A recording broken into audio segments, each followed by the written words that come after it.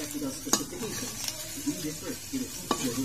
Kung yun okay sana, walang mangyayari sa mga estudyante na ganun. Hindi na yung babagsak. Paano talaga kung may nangyayari? Pwede, paano yung pangarap ng mga estudyante? Hindi naman po namin yung different kasi na itinatag ni Christopher po, kapatid, ang Zaldi po. yung stage 1 as per our the substructure even there, wala na kami report na natatanggap the DPWH regarding the development or status of the phase 2. Sino hindi pa nila mapakinabangan na malaking tulong daw sana para sa mga estudyante na katulad ni Sir. Okay, kung lumaganda sa kanila as a student, already po akong medyo inaabot ako ng stage. Bago kami nakareceive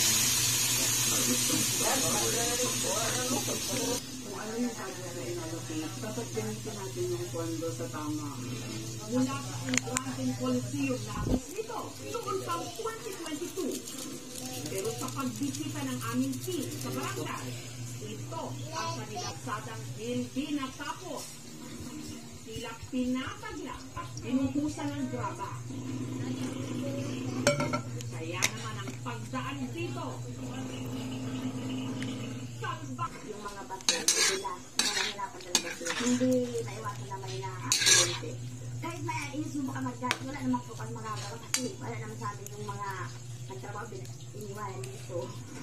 Ang naisip ko lang, yung bakit hindi pa na-simento o hindi pa completed? Bakit nailagay doon na completed? Kung Nasaan na ba si Ko?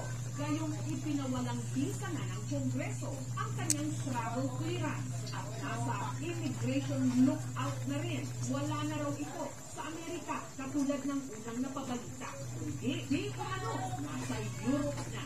Nitong Biyernes, sa isang sulat na pinadala ni Congressman Zaldi Ko kay Speaker Boyd D, sinabi niyang babalik siya ng Pilipinas para sagutin ang mga paratang sa kanya. Sagot naman ni Speaker D, binibigyan niya ng hanggang bukas, September.